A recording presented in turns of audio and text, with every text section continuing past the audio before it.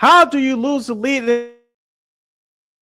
in the National League Central? Just ask the LaKeena Chicago Cubs. It's to start the year. On the south side, the White Sox took a bad loss against the Minnesota Twins last night in extra innings, losing 5-3. Can they bounce back tonight? In the NBA playoffs, the NBA Finals is halfway set. The Eastern Conference Finals was over and done with, while the Western Conference Finals is nearing its conclusion. In the Stanley Cup playoffs, the Stanley Cup Final is set with one surprising result. And we'll have a special mention of an anniversary program that aired 32 years ago today. And we'll have our sports potpourri. I'm Sid. That's LaKeena. Stay tuned for a special edition of Second City Sports on Sports Zone Chicago, which starts now. 10, 9, 8, 7, 6, 5, 4, 3, 2, 1. Keep him on the field. And this one, a drive into left center field. Going back is Churio at the wall. Get out! Robert Jr., his fourth of the season. And the Sox take the lead 2-1. Armstrong gets into another one. Sends Edman back. He's watching it land in the stands. What a night from Pete Crow Armstrong. Goes wide, up the guard again. And he scores. What a play! On Jordan Binnington, no chance at all for the Blues netminders. Connor Bedard. Wow. Getting what a pass. Griselles with the fade on the drive.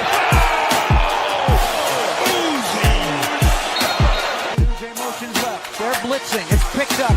Caleb Bruce, middle of the field. Loveland catch. Breaks away the 30. Loveland 20. Loveland 10. Loveland end zone. Touchdown Bears.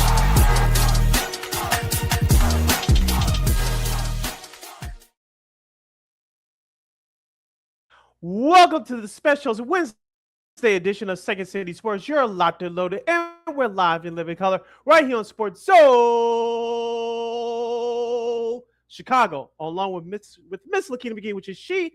I'm Sidney Brown here. You know that is me. You can follow yours truly on the Twitter, X, and the IG at SidKid80. Once again, it's SidKid80. That's SIDKID80. That's SIDKID80. You follow LaKeena McGee on the Twitter, X, and IG. Be sure to download that Sports Zone Chicago app wherever you get your apps. Please follow Sports Zone Chicago on all social media platforms on Facebook, X, Instagram, and YouTube. And please hype the video if you can while on YouTube for the first week or so of any new video that drops right here on the Sports Zone Chicago page. And thank you very much in advance for your support. Like, share, subscribe, and tell your friends. We're not unapologetically fun, and we have very definite opinions. If you have any definite opinion, do not 2-hour special extravaganza we call a Sports Talk Radio Show, you got to hit us up at Sports Zone Chicago's Facebook page or Sports Zone Chicago on YouTube. Type in those questions or comments in the comment section. LaKeena will get the up on the screen for you. But if you decide to troll and or do something silly, dumb, or stupid,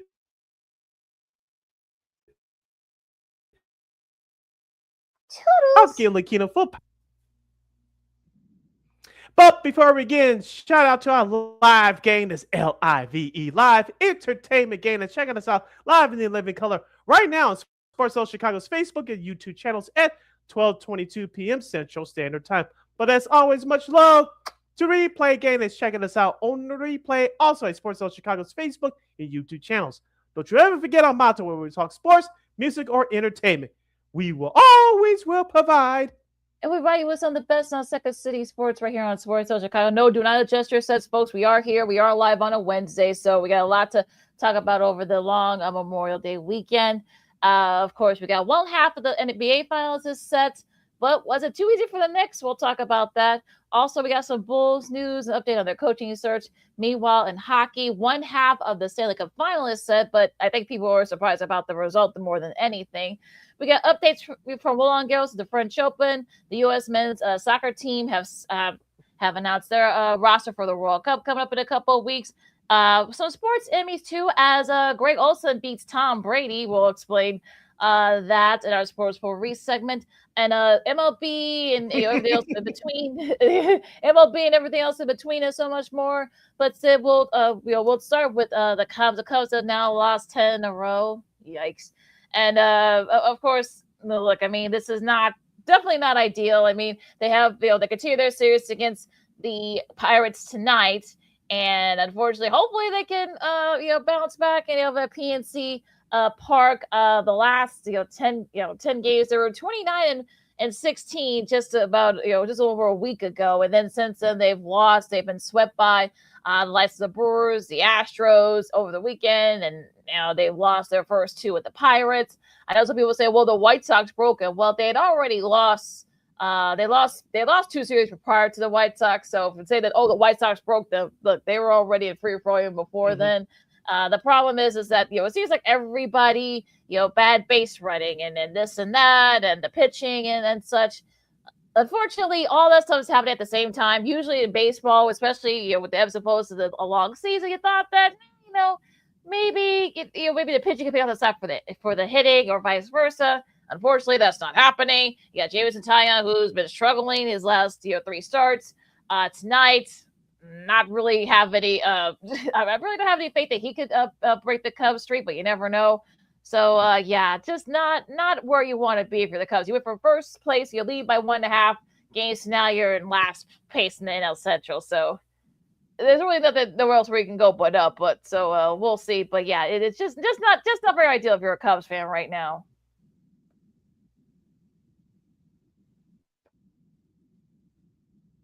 Yes, it's normal throughout a 6-month regular season to go through storms like this, but for the Chicago Cubs, everything is hitting them like a ton of bricks at once. Everybody in the lineup is struggling outside of Michael Busch. You mentioned about the pitching, James Taillon taking the hill tonight. Putting the injuries aside, which is a big part of this, but your starting pitcher can only hold up for so long. Right now, they're cracking as well. The bullpen is still a work in progress.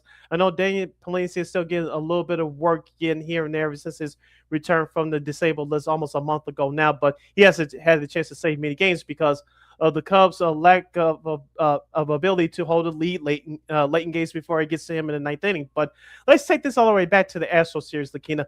Remember I said that PCA need to sit? Well, he was their only spark plug offensively during Friday's loss. And then, of course, on Saturday, they looked lethargic again, not be able to score with runners in scoring position. Last Sunday in that series finale against the Astros, well, they had the 3-run lead. Well, what happened? They blew that too. And you couldn't come up big in the 9th inning where it mattered most. And, of course, Pittsburgh, it was like a big pile of dump there, including last night's 12-1 loss. And like you said, you could go nowhere but up from here. But what will it take, LaKeena? Maybe great starting pitching. I know people talk about Craig Counsell shuffling the lineup. He gave Seiya Suzuki, who's been a disaster in right field defensively, he gave him a day off. He gave PCA a day off or recently. He had down the lineup. Does Nico Horner deserve to get back to the leadoff spot? Change this part of the lineup, change that part of the lineup. What can you do? And I know some Cubs fans are criticizing Counsell for not being that quote-unquote Mike Dick fiery guy.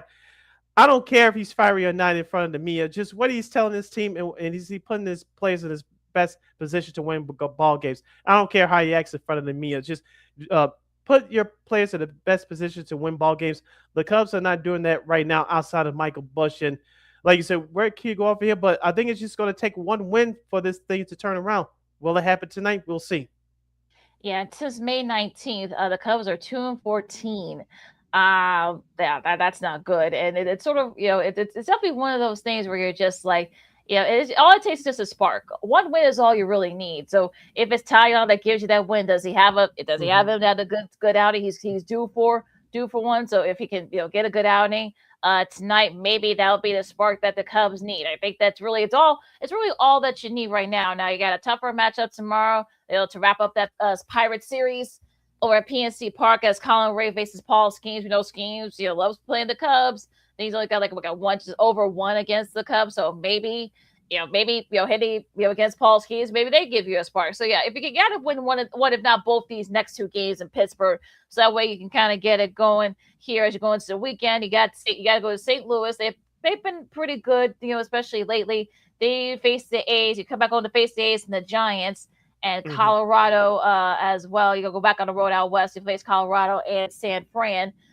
So, okay, it'll be interesting to see if the Cubs can kind of, maybe they could, sort of get some wins here, perhaps maybe get a little bit of spark and get back in it as much as they can. You're listening to Second City Sports on Sports on Chicago City. LaKeena here with you as we talk about the Chicago Cubs and their current 10-game losing streak. You mentioned about the pitching matchups. Jameson Taillon versus Bubba Chandler tonight at PNC Park. That game's at 5:40 p.m. And Thursday tomorrow is a day game. It's a night game tomorrow as well. Game. Colin Ray versus Paul Skeens. Paul Skeens has owned the Cubs in the first part of his career. LaKeena, as we talked about, I talked about this with the White Sox. We'll get to the White Sox in the next segment. But when runs are not there, are you stealing bases? Are you being aggressive, pushing the buttons? Hit and run, running smartly but aggressively on the base paths to try to create some momentum and to get your guys going in that lineup.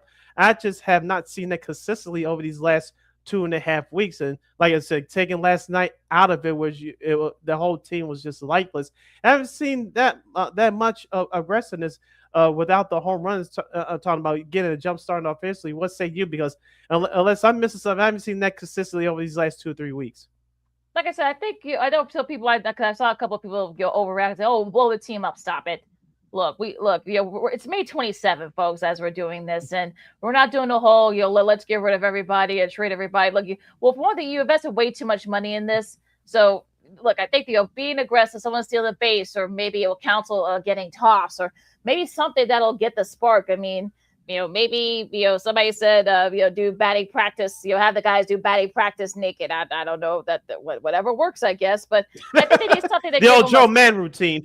Yeah. I mean, look, I think it just needs something to get a spark done, like someone stealing a base or someone stealing home plate. Remember, it's the anniversary of the Javier Baez, Ifes stealing, 2 double steals and such, from way back, 5 years ago. So maybe the anniversary of that, maybe this will cause this will get the Cubs kind of motivated to perhaps maybe do something like that.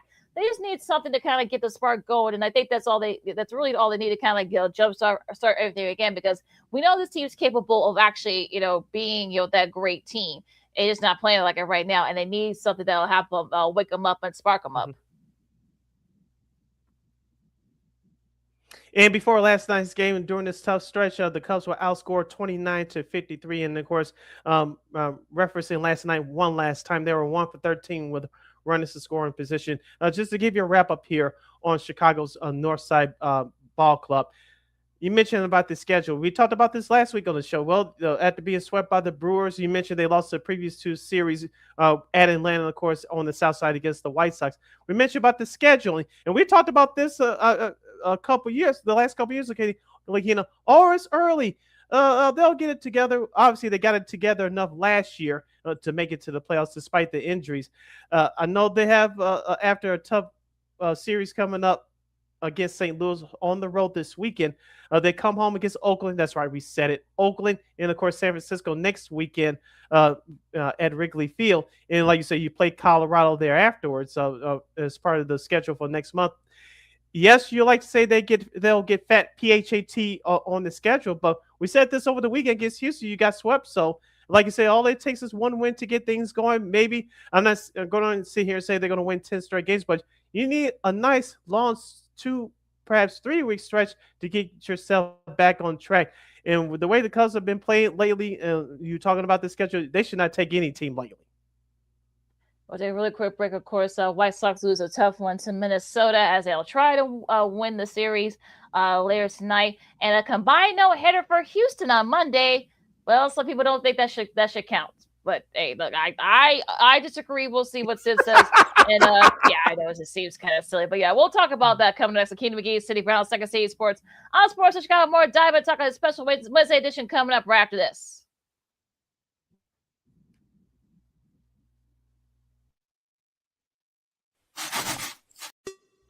Hey, it's your boy, the Superback, Sean Sierra, and be sure to follow Sports Zone Chicago on all social media platforms on Facebook, Instagram, and our Roku channel. You can find us at Sports Zone Chicago, and on Twitter, we are at Sports Zone Shy. Also, be sure to download our mobile app so you can take Sports Zone Chicago with you on the go.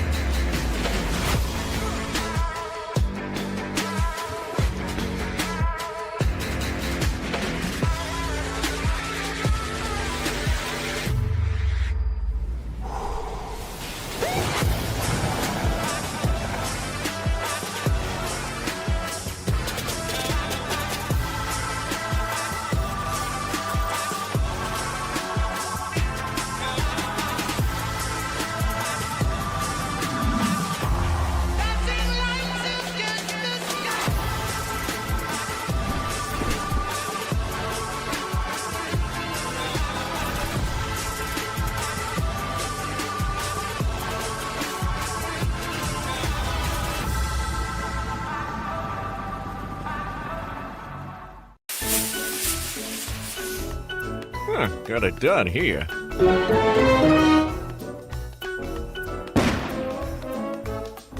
Ouch! And we're gonna make sure you live this time. Ouch!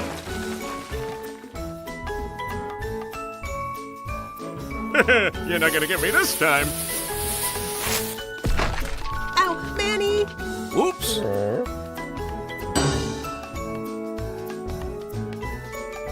Let's try an easy one.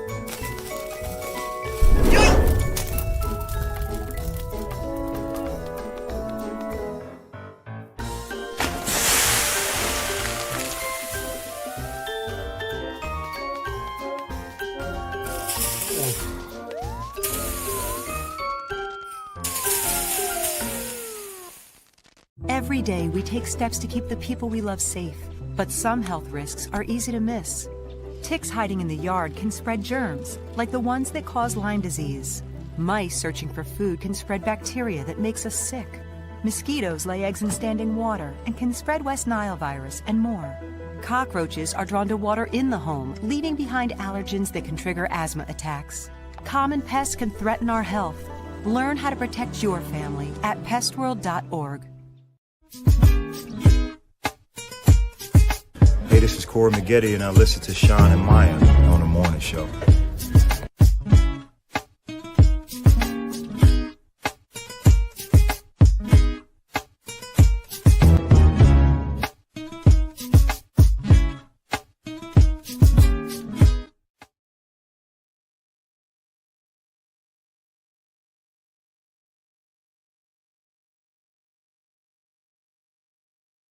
To the special Wednesday edition of Second City Sports. You're locked and loaded, and we're live and live in color right here on Sports Zone Chicago. Sid the Kid is me. LaKeena McGee is she. You can follow yours truly on the Twitter X and the IG at SidKid80. Once again, it's SidKid80. That's SIDKID80. That's SID. You follow LaKeena McGee on the Twitter, X, again, IG. As we continue our baseball power hour discussing the White Sox and the rest of Major League Baseball. If you have any leftover Chicago Sports Zone Chicago's Facebook page or at Sports Zone Chicago on YouTube, type in those questions or comments in the comment section. LaKeena will get the up of the screen for you. The White Sox have had a rough week, losing 2 out of 3 out in the Bay Area, San Francisco. They come back home.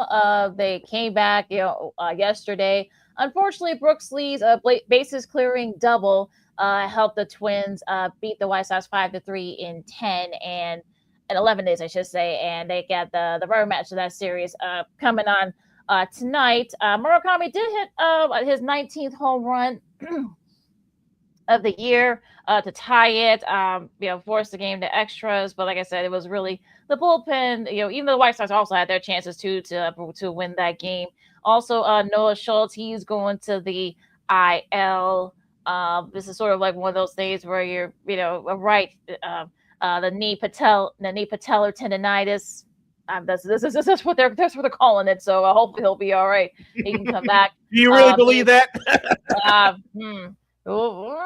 Okay, they recall right-hander David Sandlin from AAA. AAA. So he's actually supposed to start, I believe, tonight. So, but look, Murakami. Look, you just showed you why he is definitely the front runner for a Rookie of the Year. Unfortunately, like I said, the White Sox let a chance slip away to steal that game last night. So hopefully the White Sox can get back on track and take this series. Sandlin, he makes his first career start tonight against Cotter Prelip. So we'll see who takes over a match there. But Sidney, what do you think about the White Sox this last few days? And tomorrow's series finale will feature Taj Bradley versus the Dart Davis Martin, my all-star, as I keep tweeting out these last few games. But going back to last night's game, to touch on that, Sean Burke, who I've been worried about these last 2 or 3 starts, he turned it on last night in 7 innings total pitch last night, gave up 3 hits, 2 earned runs. He struggled a little bit early, but he settled down and gave you 8 strikeouts to 2 walks, and he matched Joe Ryan on the flip side for the Minnesota Twins, who had 9 strikeouts and no walks for the bad guys. The 7 2/3 innings pitched for him. So Sean Burke did step up, but as we say in baseball all the time, great pitching always be great hitting. And like you said, if it wasn't for Murakami's game-tying 2-run shutout. So for the White Sox, they still have some good pitching. Their bullpen it has been improved a little bit, even though it's getting taxed here a little bit. But, the offense is the weather's turning now. You should see more of the bats starting to come alive. I want to reference the series opener a couple of days ago on Monday. Riku Nishida, number 51, folks. He started in right field, had 7 putouts in his major league debut. I know he wears number 51 because Ichiro Suzuki, the Hall of Famer, was his idol. And he got his first career hit the other day, and fans gave him a great standing ovation. I think that I'm not going to put him in the Hall of Fame, and I'm not saying that, but I think this kid is going to make this White Sox lineup very good. I know he's a trained second baseman, but Will Venable put him in the outfield, and he did a great job. I know he missed 1 catch, but it wasn't because of lack of effort. But you need spark plugs like that in your lineup. He can run the base as well. As I mentioned, he can field whether he's playing the infield or the outfield. Him and Sam Antonacci, potentially at the top of the lineup, could do some great things for that lineup. LaKeena, we talked about it all year, that Colson Montgomery, Miguel Vargas, and Munetaka Murakami need protection at the time of the lineup. I think Riku Nishida and Sam Antonacci, along with Chase Machado in the middle of the lineup, can provide protection for those 3 power guys I just mentioned. Yeah, Tajuti used that great arm. He did it twice in that game. So, like I said, we'll see. Like I said, the White Sox, can take advantage of this and get the lead in that series. So like at least win, like at least split it at the very least, if not win 3 out of 4 tomorrow. And you wonder about the White Sox. Are they starting to kind of fall back to earth just a little bit? Like you saw a little bit of a spark. You saw Murakami did his thing yesterday, but it seems like especially that game against the Giants. That was just ugly in every sense of that word in that series. But again, look, if you get the White Sox, you got to be feeling pretty good where you're at right now. You're right at 500 as we're recording this.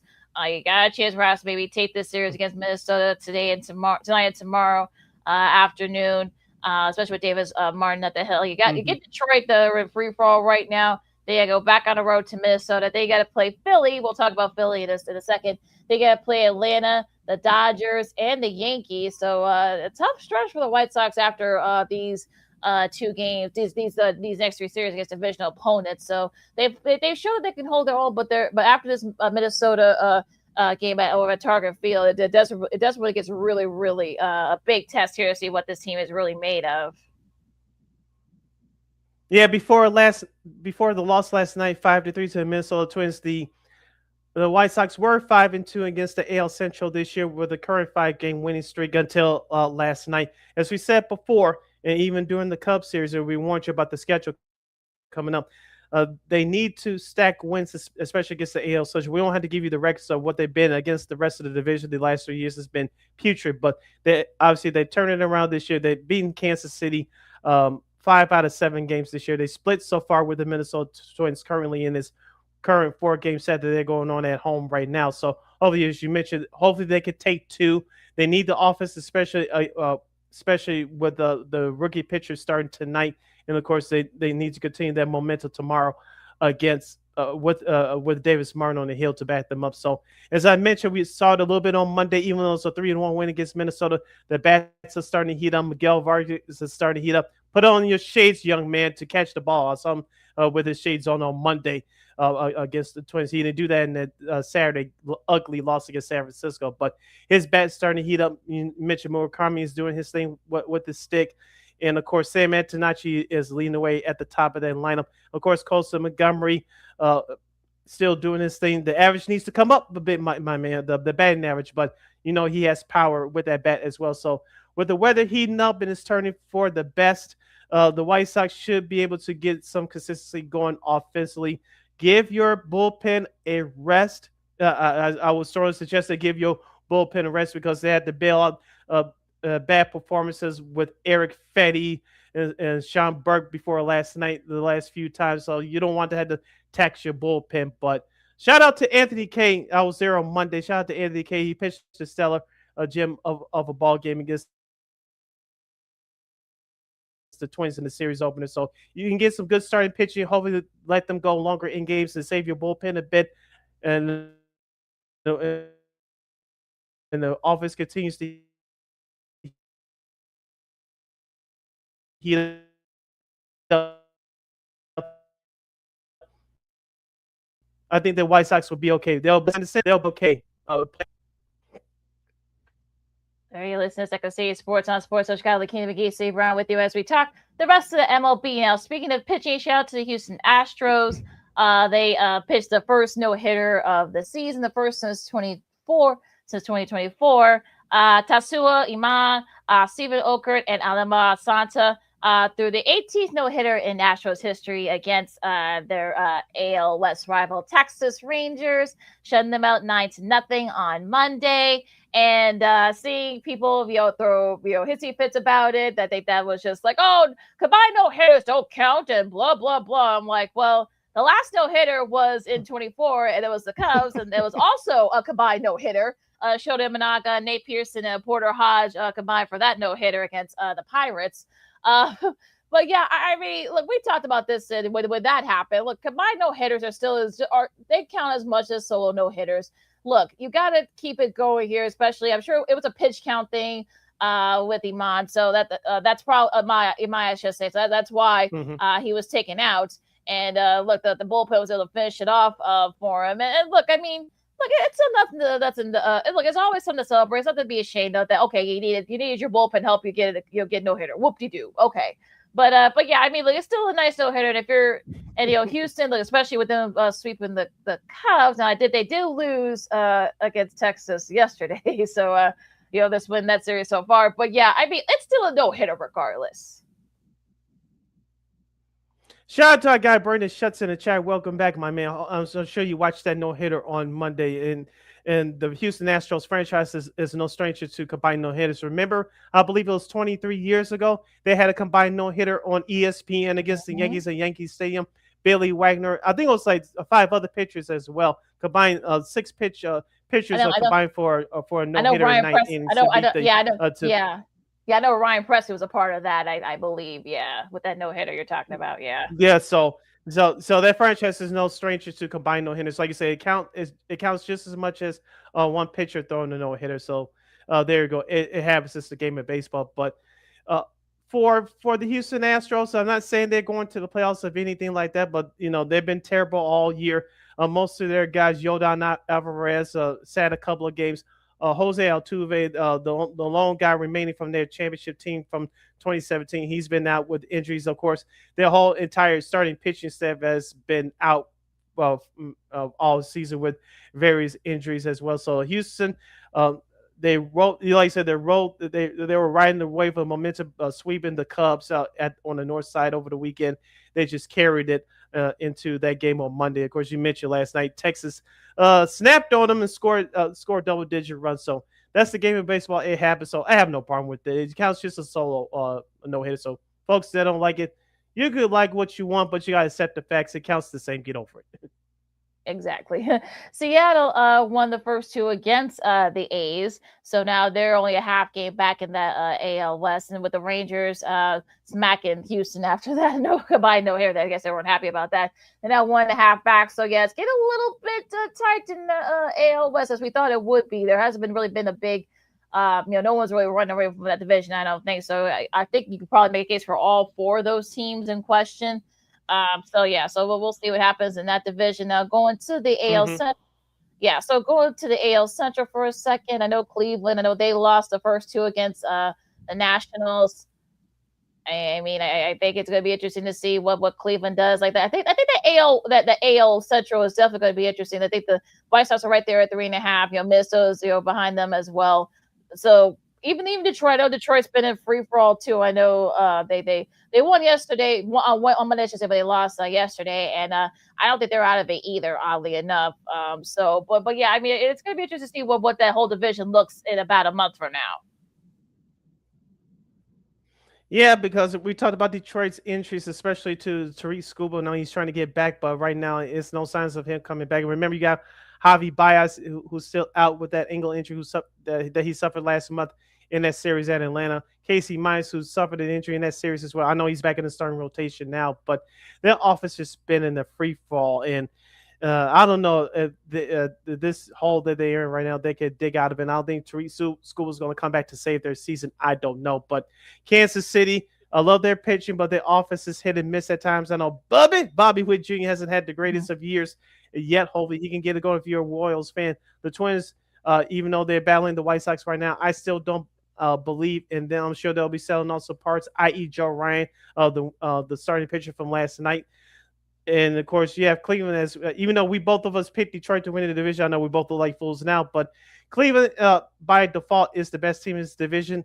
Do I think they run away with this? Only if the White Sox pull what the Cubs are pulling right now, losing 10 out of 12 or something like that, which I think the White Sox team is too competitive to do. But if the White Sox have a horrible stretch, I think this is the only way that the Cleveland Guardians can pull away in this division. But as you mentioned, all these teams have flaws and all of them are bunched up. Cleveland just has the better roster up and down throughout this division. But yeah, as you mentioned, we talked about this over the course of the season. I think we mentioned this last week too. The Washington Nationals, they're a young, scrappy bunch. They're playing like the White Sox, a little bit above expectations. They're around 500. You still have C.J. Abrams, the stellar shortstop. You got James Wood, the leadoff guy who's been killing the Guardians pitching in this series so far. So, Cleveland, I know some of the fans thought, oh, Washington, we just come in there and beat them. You lost the first two games. So, unless the team gets on a hot streak, just like we talked about in the AL West, I don't see nobody run away as of right now in this with the division. I just don't. Just to finish up the AL part here, the Yankees, they won the first two in Kansas City. Speaking of Kansas City, including smacking the Royals yesterday, 15-1. 6 home runs for the Yankees in that one. Every starter had at least 2 hits for the first time. And look, I think the Yankees are starting to kind of get it going a little bit. I know 2 out of 3. I know they lost 2 out of 3 to Toronto. I know they didn't play the one game against the Rays because of rain, but they did split that series. Yeah, I'm sure the game will be made up. I think in August. They did with the first 2 against Kansas City. They're starting to get it going. The pitch has been really good. So. And I know Tampa's been a little bit in free for all. They lost the first 2 in Baltimore. And they're only 2.5 back. So the Yankees are kind of right there. And I think they're starting to, again, finding their groove back. Yeah, the offense is starting to come around. Aaron Judge, Ben Rice, their young stellar first baseman. He's killing it, too, with the bat. And also, to Trent Grisham getting it done out there in center field. But they have Garrett Callback, who pitched last Friday, by the way, in his season debut. So once Garrett Cole gets his footing back, the former world champion, Cy Young winner, as soon as he gets his feet back in the next couple of starts, I think this Yankees team will take off. As you mentioned, they have the offense. They've been pretty good defensively as well. But as long instead of starting pitching, started to continue to roll like this, matching what the offense is doing. As I said before, Tampa's a good team, but as soon as the Yankees started to get it clicking on all cylinders, I expected to overtake the lead in this AL East. I'm right there with it because it seems like I know Judge had a couple of hits and a home run in that game yesterday. So I think the Yankees are starting to kind of finding their groove back a little bit after they had their own issues as well. Now going to the National League, guys, the second city sports on Sports Chicago. LaKeena, McGee, Steve Brown with you as we talk the rest of baseball this time in the National League. Atlanta. I think it's going to be interesting to see what Atlanta. I know they lost 2 out of 3 against Washington over the weekend. They did win that first game against Boston, and Michael Harris had 4 hits, and Michael Harris II, I should say, had 4 hits, including a home run in that game to help the Braves outduel the Red Sox. So I think the Braves, like I said, I know the Nationals, like you said, I mean they've got a lot of young talent. Philadelphia, I think they're starting to find their groove a little bit too. They won the first 2 games after they lost a tough series to the Guardians, but they did win the first 2 against San Diego. San Diego, that's not an easy place to play. Bryce Harper and Trey Turner and JT Realmuto had home runs in that game. Turner's a go-ahead homer that helped the Phillies get that game against the Padres. So I know they're trailing the Braves by like 9 games or something like that right now, but it looks like they're starting to kind of find their groove. And look, I think they do have to play the Braves at some point, I think later next month. So I'm wondering, could they perhaps maybe gain some ground here?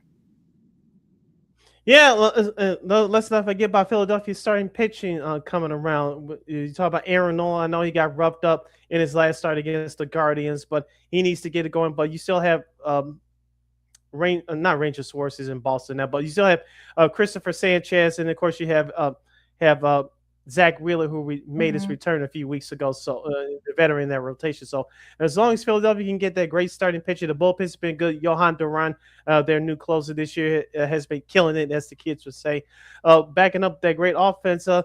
They will stay in the same. Now, will they overtake Atlanta? I'm not so sure, but Philadelphia will definitely hang around that wild card race. So you can shoot them as being the contenders for that. The Miami Marlins, as you talked about with the Nationals, same thing. I know they took care of the Mets over the weekend, last weekend, winning 2 out of 3. The Mets, after battling back, they went back into free fall, losing the first 2 games to the Cincinnati Reds earlier this week, these last 2 days. So Carlos Mendoza, his job, I think, is still on the line. I know they put Luis Robert Jr. on a 60-day DL. With that back injury, we'll see what happens with that. So I know if your critics guess the GM of the White Sox, well, thank goodness that the Mets are paying that full $20 million contract this year. But the Mets, after trying to fight back a little bit, and they're starting to slip back. And of course, you mentioned about Washington, so they took the first 2 games of the series thus far against the Guardians on the road. So it's a competitive NL East, but I think it's still at the end is going to come down to the Braves and the Phillies. As long as the Philadelphia continues to play like this, and I know they're currently out of the funk now, just as long as they get one more good streak in them to stay above 500, they'll be okay. They'll still be in the NL wildcard race, but it's definitely going to be a uphill climb to at least get within striking distance of the Braves. Let's just see what happens there. Now in the Central, I know the Brewers, they lost 2 out of 3 to the Dodgers over the weekend. They won the first 2 games against St. Louis. Like I said, I don't think I know, weird how that works sometimes, but Cincinnati, they've won 3 in a row, including winning the first 2 against the aforementioned Mets.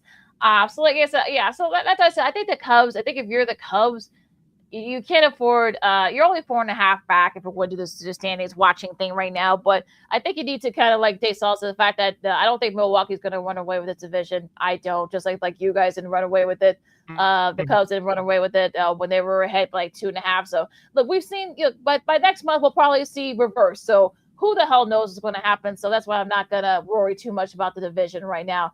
I think if you're the Cubs, I think you want to get out of this funk.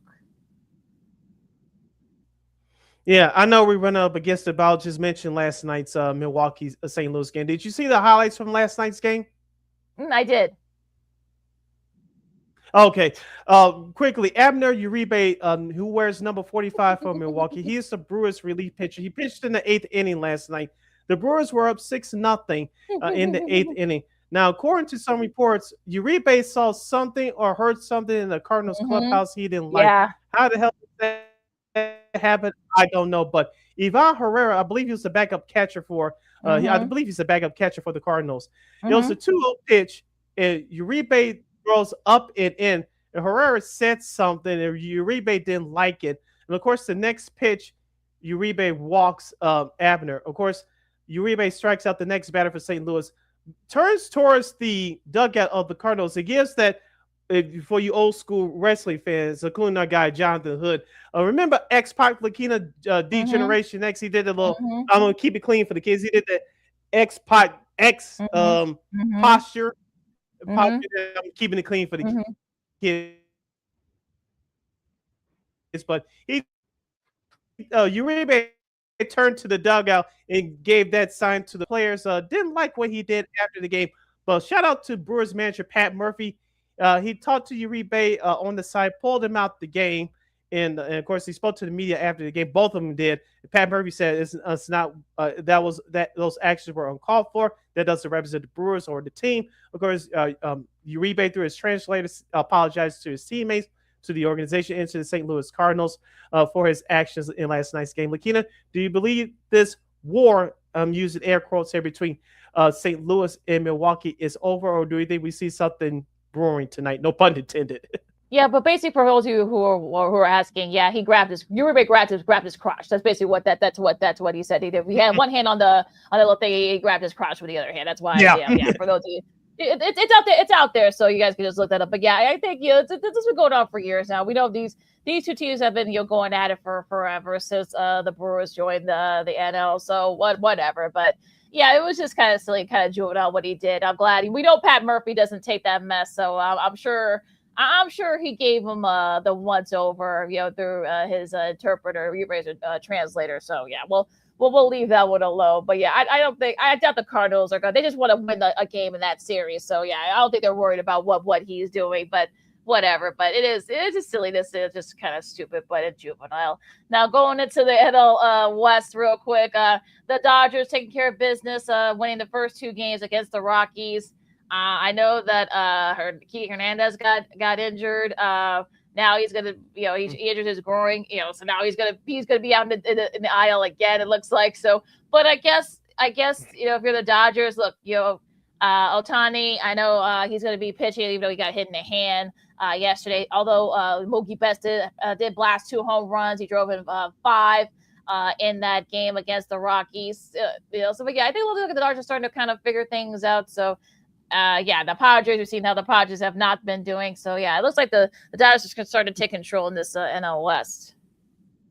Yeah, those Arizona Diamondbacks are starting to fan up against the Colorado Rockies as well. They're a couple of games above 500. I'm not saying they're going to threaten the Dodgers nor the Padres anyway for a division lead, but the Diamondbacks are playing very well. But you mentioned about the Dodgers. Unfortunately, what else is new? Injury to a key player. They all have Blake Snell on the IL.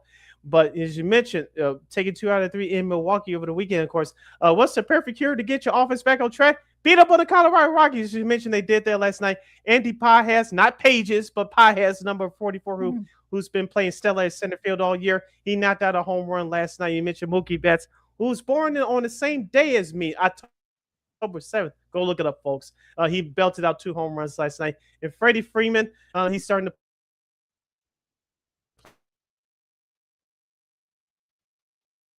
play well at first base as well. So the Dodgers, we want to give this team their credit. Well, they come up in the big spot as we talked about last week against the Dodgers.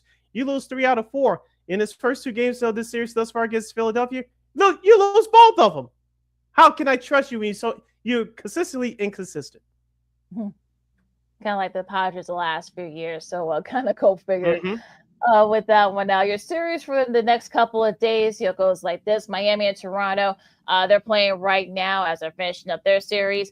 The Nationals and the Guardians are hoping to at least avoid getting swept. First pitch is about to start as we speak. St. Louis and Milwaukee, they finish up their series. We'll see if there's any weirdness that happens in that game after the antics for Uribe yesterday. Seattle and the A's, they finished up their series. The A's will try to avoid getting sweep. The D-backs will make a trade. We have 5 in a row against San Fran. Philadelphia, San Diego should be a good pitching matchup. We got Christopher Sanchez and the aforementioned Sanchez and Walker Buehler. That should be a fun matchup there. Tampa Bay and Baltimore, that will be the Wednesday game of the week on FS1. The Angels and the Tigers and the Cubs will try to break their 10-game losing streak against Pittsburgh. Of course, James and Tyon against Bubba Chandler. Yeah, University scheduled for tonight. Atlanta will visit Boston in the second game in that series. Bryce Elder versus Conley Early. Cincinnati against the New York Mets. Minnesota and Chicago, as you mentioned, David Sandlin. No, not David Sanborn, RP to him. But David Sandlin, the rookie pitcher for the White Sox, will make his debut. The Yankees will finish against Kansas City. Houston against Texas. And Colorado versus Los Angeles. And a light schedule for tomorrow. All these series will be wrapping up. The Angels and the Tigers. The Twins and the White Sox from the South Side. Atlanta and Boston. Toronto and Baltimore. The Cubs in Pittsburgh. And, of course, the lone game on ESPN Unlimited tomorrow will be the series finale between Houston and Texas. That's your schedule for MLB for the next 2 days. Hour number 1 in the books. Hour number 2 coming up. We got a busy hour number 2 coming up here on Second City Sports. On Sports of Chicago, one half of the NBA Finals is now set with New York, although some people are wondering, do they deserve to be in the finals? The Thunder win a pivotal, you know how weird people are sometimes. The Thunder win a pivotal game 5 last night. We'll do that hockey as well as the Vegas Golden Knights go back to the Stanley Cup Final in very surprising fashion. We'll see if the Habs can even their series against the Hurricanes. Also, too, we got some sports potpourri. Of course, we got an update for you guys on out in Roland Garros in Paris. Some sports media news as Greg Olson beats Tom Brady. We'll explain about that. And, of course, the U.S. men's national team, soccer team, they announced their roster and so much more. LaKeena, McGee, Sidney Brown, Second City Sports on Sports of Chicago. More fun coming up on a special Wednesday edition right after this. Hey, it's your boy, the Superback, Sean Sierra, and be sure to follow Sports Zone Chicago on all social media platforms on Facebook, Instagram, and our Roku channel. You can find us at Sports Zone Chicago, and on Twitter, we are at Sports Zone Shy. Also, be sure to download our mobile app so you can take Sports Zone Chicago with you on the go.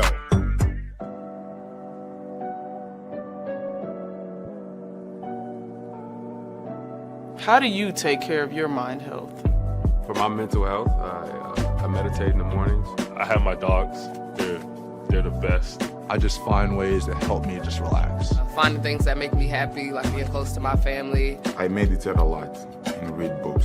I have hobbies outside of the game. I'm able to switch off. I'm able to turn my brain off from the game of basketball. Your mind health matters. Your mind health matters.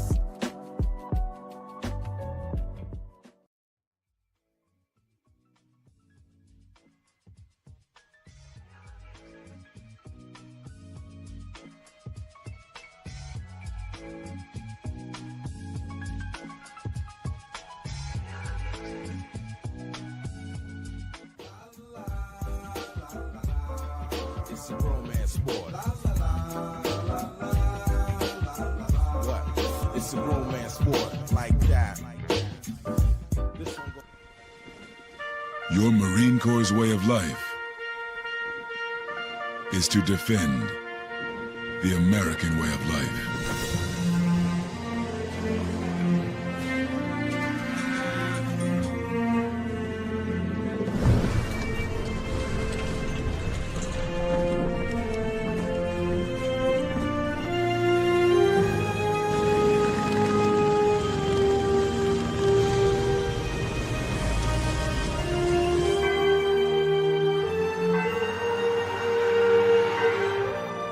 Every day, no matter where we serve, we take a stand for our nation, for each other, for us all. The few, the proud, the Marines.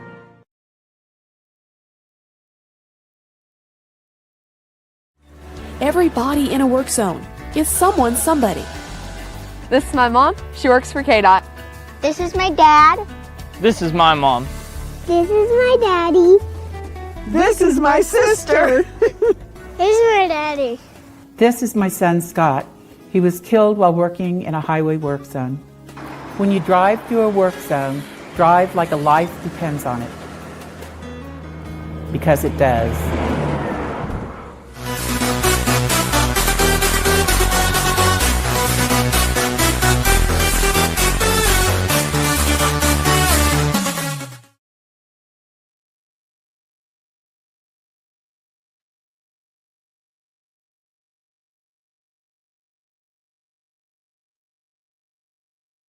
Welcome back to hour number 2 of Second City Sports on a special Wednesday edition. You're locked and loaded, and we're live in the living color right here on Sports Zone Chicago. LaKeena McGee is she. Sidney Brown here is me.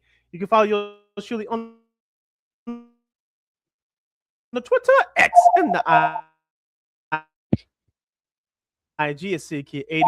Once again, KID80. You follow LaKeena McGee on the Twitter, X, and the IG.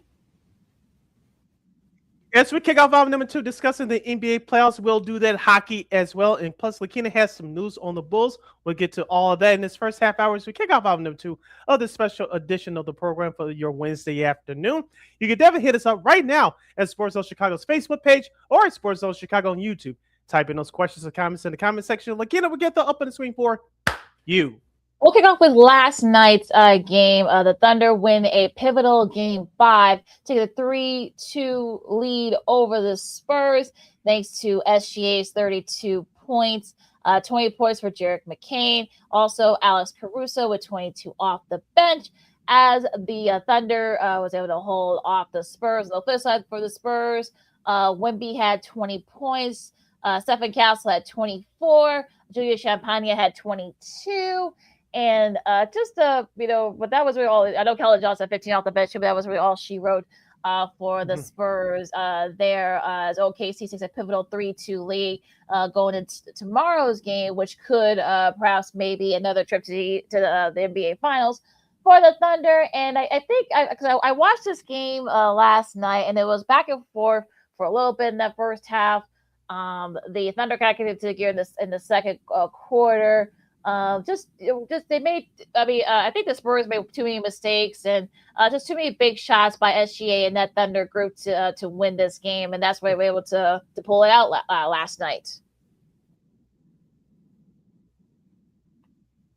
Yeah, like you said, looking at this box score, LaKeena, I don't know how in the hell that San Antonio scored 114 points. You mentioned about Keldon Johnson, who we mentioned who was going to play a big role in this series. He was the only person, in my opinion, that did anything last night out of everyone in the lineup. I know he had only player to have double-digit points coming off the bench, but Wembanyama didn't shoot the ball well. I thought the Oklahoma City's front line of Isaiah Hartenstein and Chet Holmgren did a great job on him last night. Wembanyama circled shooting overall 4-15. Of course, Champagne had 22 points, but he was the only one that shot the ball decent.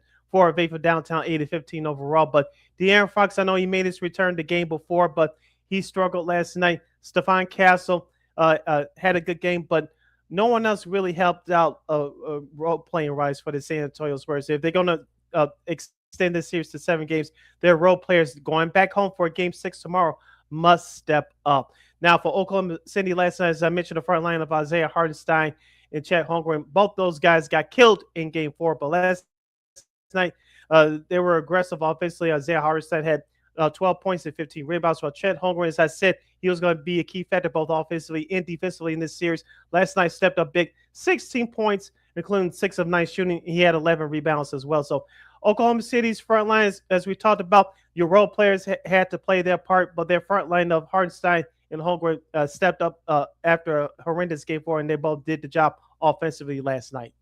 Yeah, 34-26 was defensive rebounds. They got a lot of second chance. They got a lot of they able to. It looks like when the Spurs missed, they were the Thunder. Someone was right there, whether it was Holmgren, whether it was Hartenstein, whether it was SGA, there to kind of get that rebound. So the points, the defensive rebounds was really what killed the Spurs in that one, and they just can't afford to do that kind of thing against the Thunder. They will make you pay, and that's what they did last night. So we'll see what happens tomorrow. The Spurs really need to get into a quick start, need into a rhythm very easily. Try to get the crowd into it because you know that crowd in San Antonio is going to be rocking. And just try to see if we can get force a Game 7, because if you let the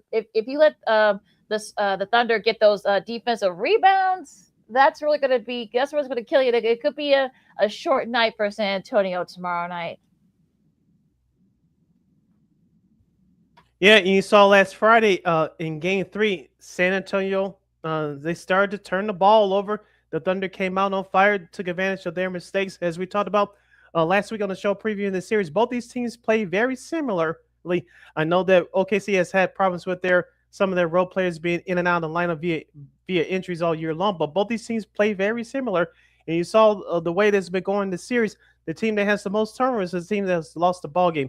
Last Friday, as you mentioned, LaKeena, if OKC follows the same script like they did last Friday night in Game 3, they should walk away with this win. But I expect San Antonio to play much better tomorrow night, especially with their role players like De'Aaron Fox, Harrison Barnes, Dylan Harper. I know he played over 20 minutes last night, but he was very ineffective. So I expect the San Antonio Spurs to feed the beast and Victor Wembanyama early, get him going early, which opens the floor for the rest of those guys, for those shooters and those scorers. Keldon Johnson, like I mentioned, who had a great game off the bench last night. It opens up the floor for him as well. So, your role players usually play better at home because of, like you mentioned, the crowd and the energy. But with them being down 3-2, even though the pressures of OKC to close it out, if you're San Antonio, yes, you're at home, but there's no pressure on you. The pressures of OKC, so you should still go out there and do your play best. I'm looking for the role players to step up big for the Spurs tomorrow night. And we'll be back here on Friday previewing the Game 7.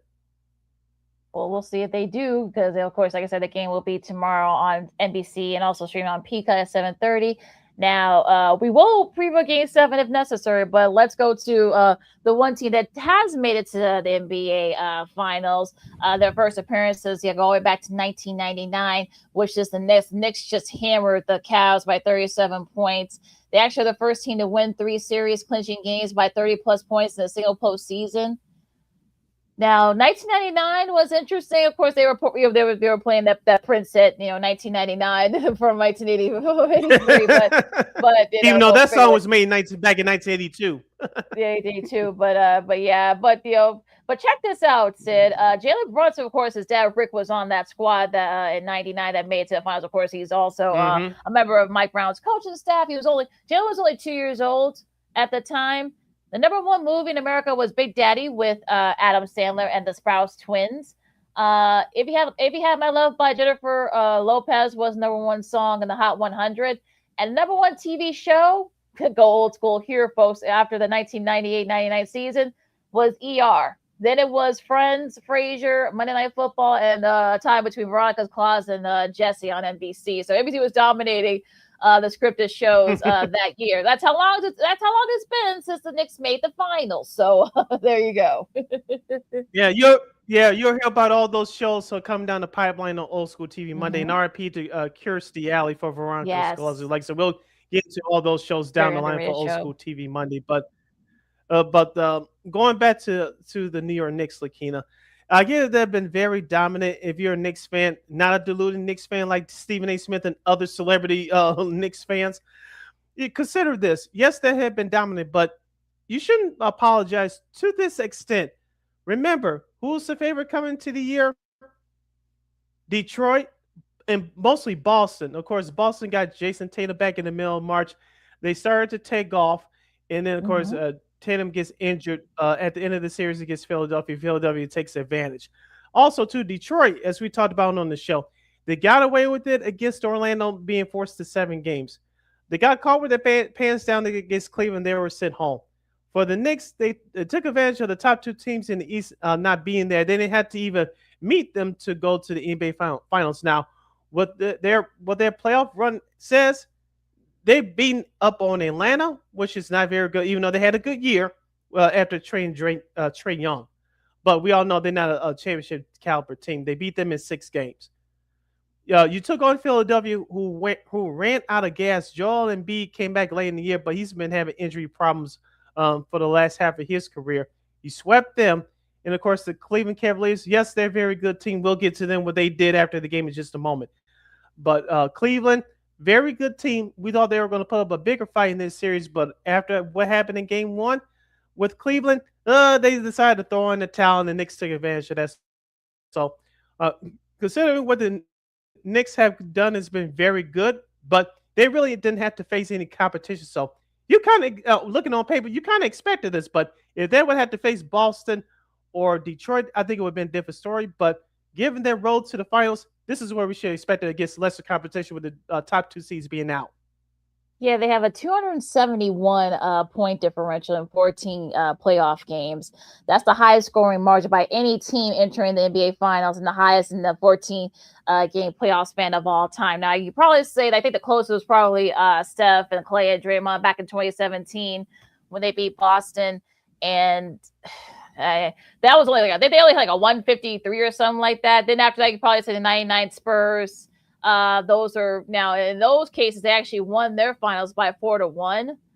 So it's interesting that I know people. I saw Get Up. They had this big discussion. They discussed for like 20 minutes about the Knicks. Look, the Knicks can't control who they play. I mean, how are they supposed to know that Cleveland caught Detroit with their pants down, or the 76ers quit, or the Hawks kind of struck lightning in the bottle after trading Trae Young, and just the Knicks were just honestly, if the Cavs had came back to beat them, whether it's 6 or 7 or whatever, they would have been. I think folks would have been pissed. Knicks fans would have been pissed. So the fact that people were having this discussion about, do the Knicks deserve to be in the finals? I mean, I don't know what else. What do you want them to do? I mean, they can't help who they play. So I don't know what do you want? What do you want from them? That's basically what I'm asking. Like, come on now. Oh, you like Tyrese? What more do you want from me? What more do you want? What more do you want from them? Like I said, according to what they did on paper, they did what they're supposed to do. Now, will they hold up against San Antonio or OKC? That remains to be seen. We'll give you our series preview for the NBA Finals, which starts around this time next week. So we'll give you our official preview of the NBA Finals coming up, not on our next show on Friday, but on our Monday show starting next week. You're listening to Second City Sports on Sports Zone Chicago. LaKeena here with you as we talk about the NBA playoffs. Of course, the Knicks, you mentioned, they beat the Cavaliers the other night, 130-93. We don't have to go through the statistics. The Knicks dominated from start to finish, but I want to touch bases with you about the Cleveland Cavaliers. They announced that they're going to bring back James Harden for next year. But you bring it back head coach LaKeena, unless I misses something, this is not supposed to happen. After blowing game 1, you barely after blowing game 1, game 2 you're very competitive, but you let it get away from you in the fourth quarter. Your last 2 games at home, you got dominated by a ton. That deserves your current head coach to be brought back. Maybe I'm missing something. I don't know. I thought that this was a bad decision by the Cavs front office to bring back Kenny Atkinson. I'll say surprising. I think that's what I'll say it that way. I think it was surprising that they brought him back. I think usually when those situations where if you saw Donovan Spider Mitchell was actually the only one that actually was still fighting, you give him credit. He was trying to get his teammates to kind of get it going. No one was listening. I think they were ready to go to Cancun, as the inside NBA guys would say. I mean, look, I'm a little surprised that they did bring him back. I mean, there must be a reason, unless they're going to make some moves. Are they going to bring Harden back? I doubt it. Are they going to make a trade or something like that to get like Giannis? I don't think they'll be able to do that. They may have a little bit of something where who do you trade to perhaps to Milwaukee? Milwaukee will want Johnny Bryant, of course. You're going tied in with the Bulls. He's apparently he's going to be talking with the Bulls about their head coaching search. Of course, he's Atkinson's top assistant and a former mentor of Donovan Mitchell. So, I mean, I don't know. Honestly, it's sort of weird how the Cavs work. I mean, there is word that maybe LeBron might come back to Cleveland, in the off season.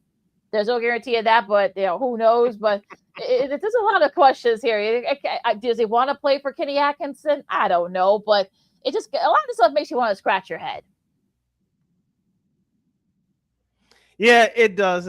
I know that most teams will take a couple of weeks after a tough playoff loss to reassess some things, get over things emotionally, and then decide goes on from there. So, Cleveland, if that's the case, that they're going to bring back Kenny Atkinson, I think it's a bad decision, but we'll see if that decision will hold up throughout the summer. as we go along here. But going back to the Knicks, as we said before, the actual players, they shouldn't apologize for the role that they had in front of them because, as I mentioned, the top two teams with Boston and Detroit being eliminated in the first and second rounds, respectively, the Knicks on paper, quote unquote, had the easy road. So on paper, they were supposed to do this, but I don't think it's going to translate against San Antonio or the Oklahoma City Thunder. I think they're going to have their work cut out against either of those teams, and we know that both those teams have experience and much more skilled front lines. Yes, OG Anunoby has played well in the small forward / shooting guard position.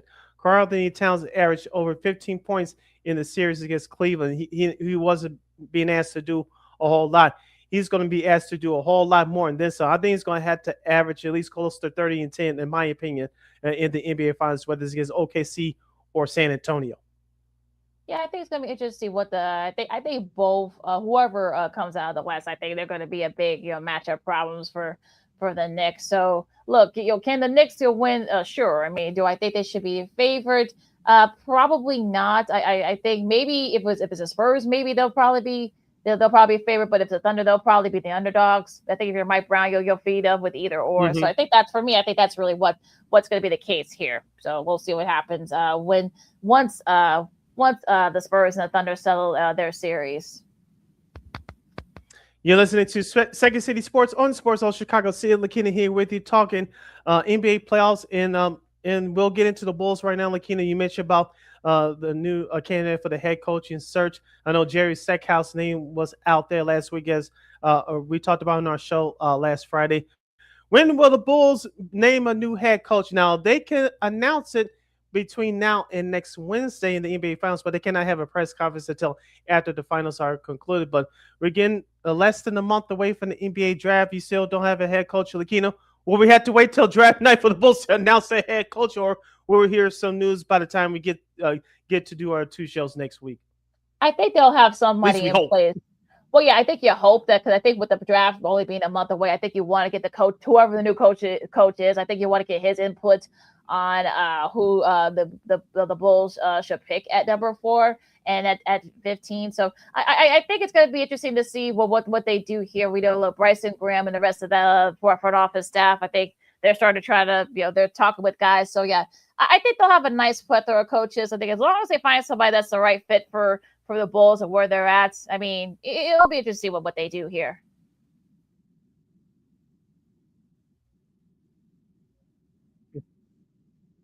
Yeah, as I said before, with this new head coach, hopefully he can teach a defensive philosophy, whoever's on the roster next year. Because as we talked about before, these last few years, even when they were winning a few years ago, they were very they struggled defensively, especially within the interior and with the pick and roll defense as well. So hopefully with this new head coach, you can emphasize defense, and you need some athletes to get up and run up and down the court.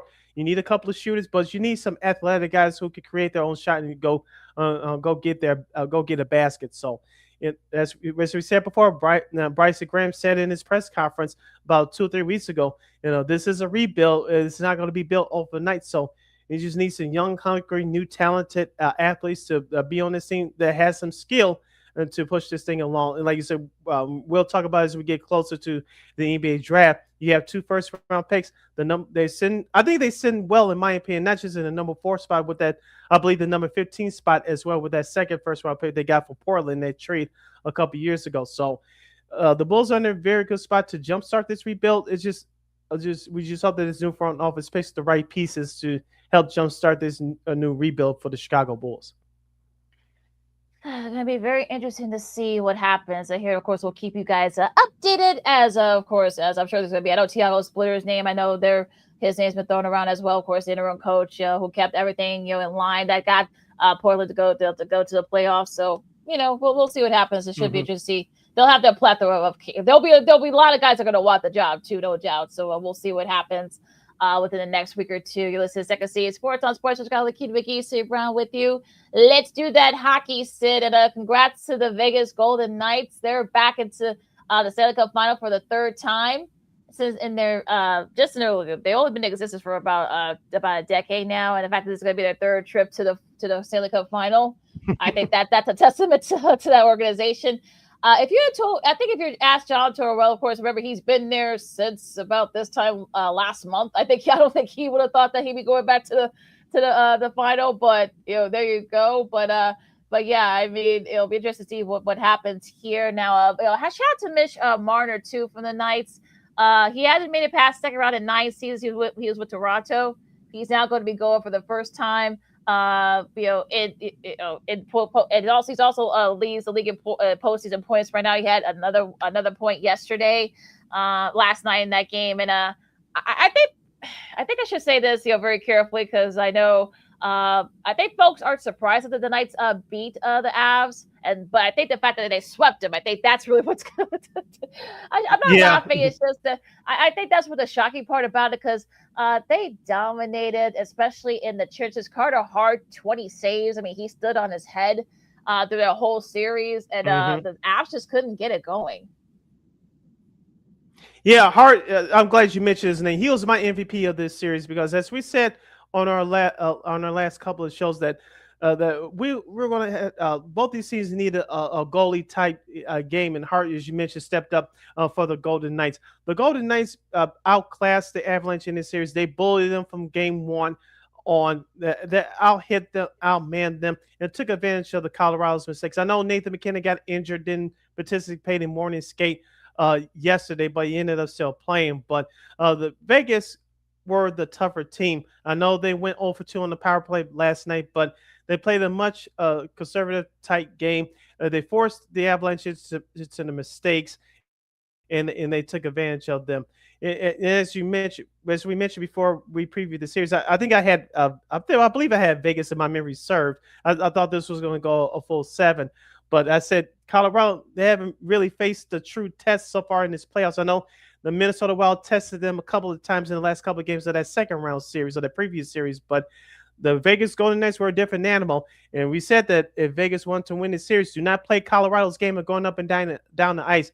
Vegas forced Colorado to play their game, and Vegas showed them, like, well, you're not built for what we're doing for with this the balanced roster that we have. So they outmanned them, they out-toughened them, and like you mentioned, the goalie came up big, who was my series MVP, and that's how Vegas won. Now, the Campbell Bowl, of course, when in 2018, their first trip, they touched it. And, of course, they lost to OV and the Caps. In 23, they didn't touch it, and they ended up defeating Florida to win the Cup that year. And they didn't touch it again. So we'll see what happens. Of course, the old superstition that you don't touch the conference trophies and such. So we'll see what happens here. Now, they'll be waiting, of course, the winner of Carolina and Montreal. Carolina took a 2-1 lead on Monday after coming back in overtime. And the Habs, no shots on goal in that overtime, unfortunately. So that'll kill. Yeah, that was just not very smart on the Habs part. I don't know what went on there. They didn't have a single shot on goal. How the hell you let that happen in the NHL game today? That's just absurd, but whatever. But that's just like, how does that happen? Like in today's NHL, I mean, they have it set up so that that doesn't happen. But apparently, I guess you're unfortunate with the Habs, it does. Carolina, to their credit, of course, Svechnikov, of course, had the game winner about over 14 minutes into overtime to take a 2-1 lead. So, what do you think happens tonight with Game 4 here, Sid? I think this series should end in 5, but I got a sneaky feeling that this series will go 6. I think Montreal, without having a shot on goal on last Monday in Game 3, they'll bounce back at home. I think they'll outman Carolina. I think they'll even the series up with their Panthers tonight in Game 4, and I think Carolina will take it home the next 2 games. Will I be shocked if the series goes 7? Yes and no, but I think realistically, I think the series goes 6. Montreal ties it up tonight, and then Carolina will take care of them the next 2 games. Because I think Carolina got that mojo back after scoring that game winner on Monday. Yeah, so we'll see what happens there. You can watch Game 4 of that series tonight on TNT, True TV, and also HBO Max streaming there as well. So yeah, so we'll see if Montreal can even this series, or will the Hurricanes take control. So it should be an interesting one tonight. All right. We'll take our 2-2 timeout as you're listening to a special Wednesday edition of Second City Sports live in living color right here on Sports Zone Chicago. When we return, this will be our sports potpourri segment. The sports Emmy winners have been announced. LaKeena has this is a great time for tennis around this time of year. She'll have her tennis update. We'll have some other sports media nuggets, I'm sure, and we'll talk about wherever the hell we talk. We'll talk about minus the politics. I'm Sid. That's LaKeena. You're listening to a special edition of Second City Sports right here on Sports Zone Chicago. Hey, it's your boy, the Superback, Sean Sierra, and be sure to follow Sports Zone Chicago on all social media platforms on Facebook, Instagram, and our Roku channel. You can find us at Sports Zone Chicago, and on Twitter, we are at Sports Zone Shy. Also, be sure to download our mobile app so you can take Sports Zone Chicago with you on the go.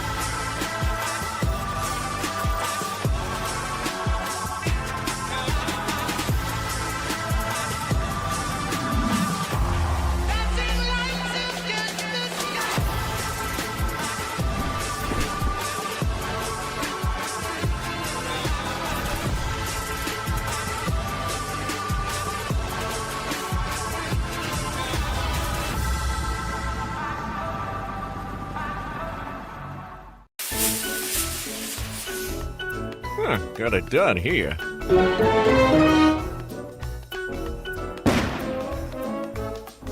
Ouch! And we're gonna make sure you live this time. Ouch!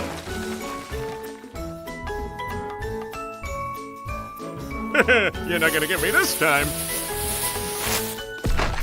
Ow, Manny! Whoops!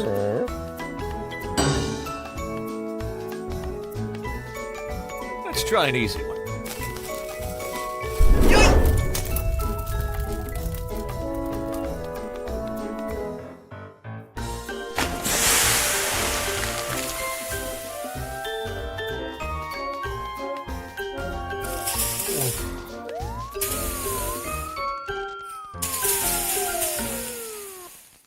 Every day, we take steps to keep the people we love safe, but some health risks are easy to miss.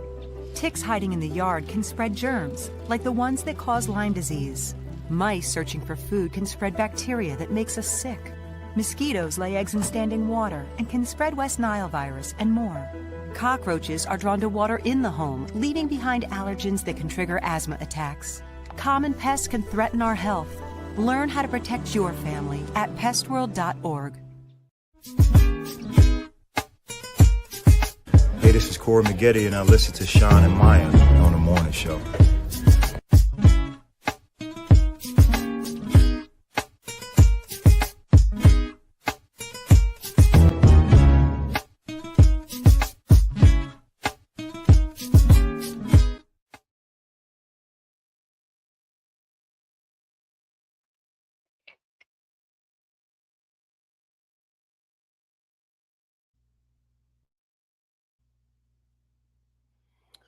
Welcome back to Second City Sports on a special Wednesday edition. You're locked and loaded, and we're live in living color right here on Sports Zone Chicago. Sid the Kid is me. LaKeena McGee is she. You can follow yours truly on the Twitter, X, and the IG at SidKid80. Once again, it's SidKid80. That's SIDKID80. That's SIDKID80.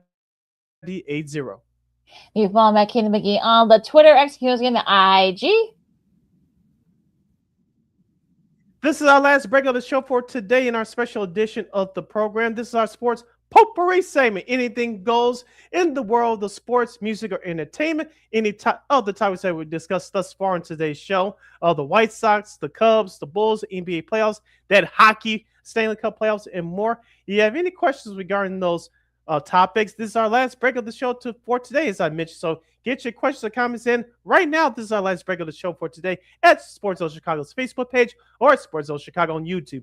Type in those questions or comments in the comment section. LaKeena will get the up in the screen for you. Yeah, you got OTAs going on right now, and I guess for the Bears, Kyler Gordon and Jalen Johnson apparently are not there for them. Lamar Jackson is there for with the Ravens. He wasn't there last year. Among some of the other, I guess some of the other notable players, AJ Brown is not over with the Eagles. Their OTAs. It's kind of funny though. I know some people. I wonder why. Yeah, there you go. But yeah, the teams, of course, the Bears started their OTAs today. Also, some of the other teams, the 49ers, the Lions, the Patriots, the Texans, some of the other teams that have started their OTAs today. So it's interesting though that I know this was collectively bargained, and I think. Do you think it's a big deal that some of these players that I've mentioned are not there? Because remember, these are optional, folks. So. But then you see like guys like Lamar Jackson, Drake May, Brock Purdy, they are there. I think everybody from the 49ers for the most part are there, including new 49er Mike Evans. So it's just like I think people are kind of making a big deal. Is it a big deal? Is it no deal? What do you think? I say hell no, it's not a big deal because, like you said, it's optional. Now, we skip this over to July 27th, where training camp happens, barring any major injuries of a player doesn't show up because of via contract holdouts, then it becomes a big deal. The reason why I know some people want to make it a big deal because this is a slow time for NFL teams to make news because you're still in your off-season plans. I know you mentioned the Bears are in their workouts right now before they go on their 6-week vacation until they report for training camp in the middle of July. But I want to touch on the Bears situation first. You mentioned about Kyler Gordon and Jalen Johnson, both of them being out. Remember, both these guys have had their issues with various injuries over the last 2 or 3 years. So I'm not concerned for them at all. Remember, Jalen Johnson didn't participate in training camp last year. Obviously, he didn't in preseason, and he was injured before the majority of the first half of the year. He was brought back slowly last year by then first year head coach Ben Johnson. Kyler Gordon, as we talked about with now ex-teammate Jaquan Brisker now in Pittsburgh. When he's healthy, he's one of the best defensive backs in the league. But when he's injured, you saw his presence being felt on the sidelines, but not on the field because the Bears struggled last year with Kyler Gordon not being there. They had to have some pieces being brought off the street, i.e. now ex-teammate C.J. Gardner-Johnson, among others. You had Nick Cloud, some of the other younger guys filling in. And they did a nice job, but you can't not replace a healthy version of Kyler Gordon. So if Caleb in the offense and all that, but I'm focusing on the defense and the secondary in particular. If you want the Bears to go back to the playoffs to do what they did last year and do better than what they did last year, they're going to have both Jalen Johnson and Kyler Gordon healthy for hopefully we can presume for an entire season. Yeah, I mean, I think like you said, I think if this was like a month, like 2 months from now, in like late July into early August, then I think folks would freak out. But I think. Look, I think right now, if you're the Bears, I think you shouldn't be worried as long as they're working out. Like I said, they're still hurt. They've had their various injury issues over this past season and these last few months. So again, I would say that they're optional, folks. So just relax, okay? I know you need something to talk about in between, now and when the training camp does start. But it just seems kind of silly and arbitrary to kind of talk about it at this point, especially in late May. Yeah, and AJ Brown, it's just a matter of time when he's going to get traded or released or what have you. So thanks to now ex-NFL reporter Ian Rossini for that information. You can make it about it as you will. But if and when AJ Green decides to join the New England Patriots or what have you, we all know that he's a top 5 wide receiver in the league. I know last year he had his struggles with Philadelphia partially because of what the old office coordinator for the Eagles wanted to do with Jalen Hurts. They tried to protect Jalen with not having him running as much. I know AJ got frustrated. You saw that game on that Black Friday game against Chicago. He was frustrated just like everyone else was. It wasn't that the defense in Philadelphia did bad last year. It kept them in the games while the offense was struggling. And of course, it all came apart in that playoff loss at home last year against the 49ers. So, as we mentioned in the draft too, the Philadelphia Eagles selected that stud wide receiver from, I believe it was from USC. So we both said, LaKeena, that wanted to happen, that AJ Brown's days were basically over in the green and white uniform. Yeah, so I think June 1st, I think, is the key date here. Now, I guess something has emerged. I guess if for the Cardinals and their OTAs, one guy who's not there is Josh Sweat, their talented defensive end, and apparently, of course, now there are rumors that they might that they might trade him during during this off season. I know Bears fans are kind of lobbying for them to get Sweat. Of course, Sweat front seven. They'd be kind of funny. But of course, his preference, his preference, of course, is to reunite with Jonathan Gang, who's over at Green Bay now. And it'll be interesting to see what the Cardinals do. I know they've had a lot of trade calls. Sweat has been to a couple of Pro Bowls. He's an All-Pro. He had 12 sacks last year in his first year with Arizona. So what do you think is going to happen here?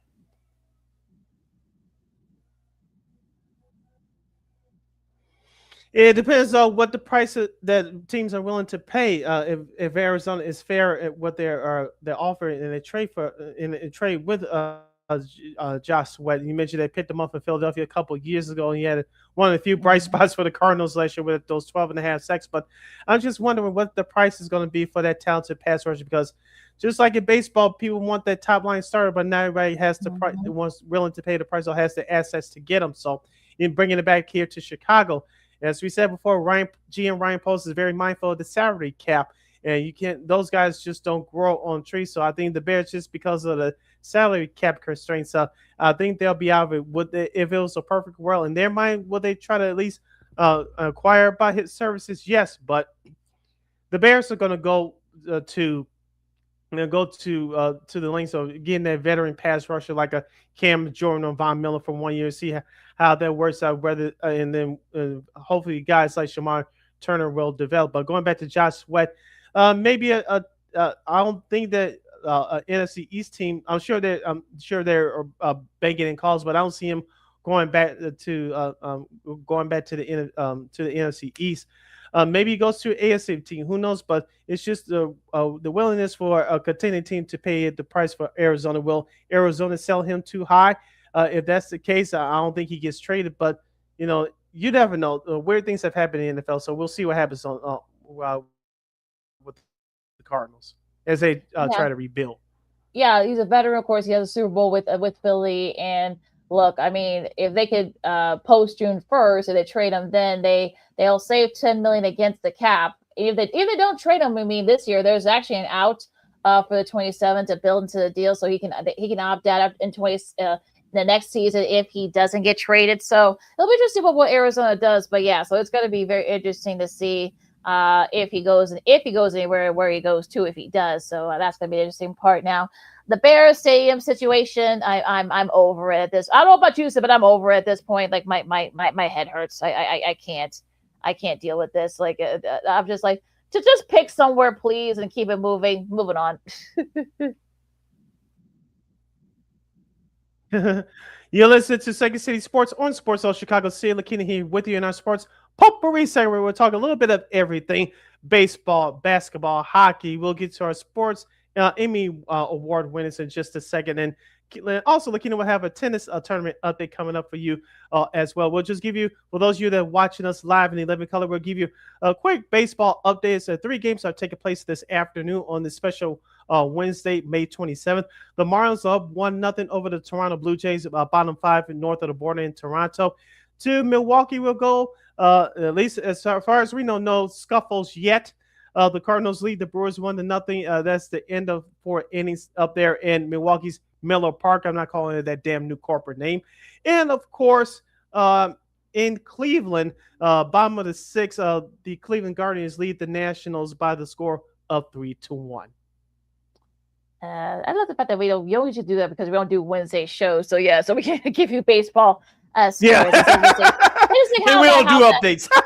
Yeah, we usually do updates. But yeah, so we're glad happy to do that just for you guys. Stayed in football. Travis Kelce is joining the Guardians ownership group, getting the minority stake in the team.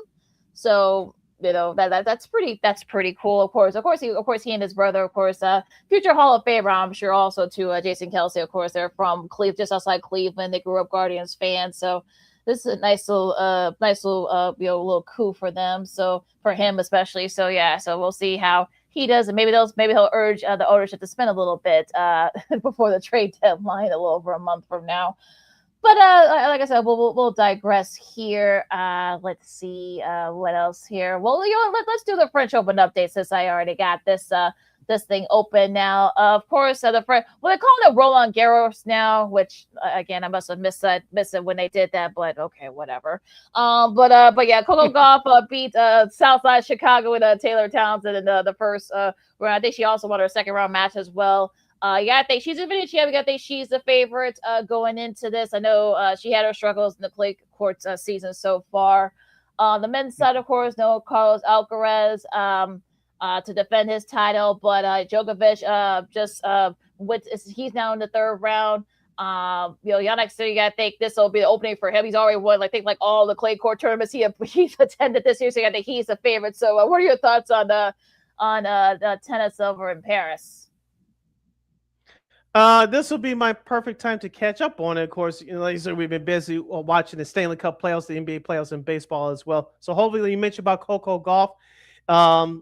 I know she every time she's gotten to the doorstep of some of these last major tournaments, she's failed. So hopefully, this should be the year to break through. I was just wondering if my girl Maxi Keys is in the tournament this year. I hope. Yeah, I don't think I saw her anyway. I think because she usually doesn't do well. Yeah, I didn't see her name. I think she took this tournament off, I believe. Okay. I know she's had I think she has some injuries the last couple of months. So we'll see, but yeah, Ben Shelton, I know he's look, I don't know, no American male has won the French Open since you gotta go all the way back to 1999 with Andre Agassi. So you wonder, I know he's probably the favorite among the Americans. Also, shout out to Gael Monfils, of course.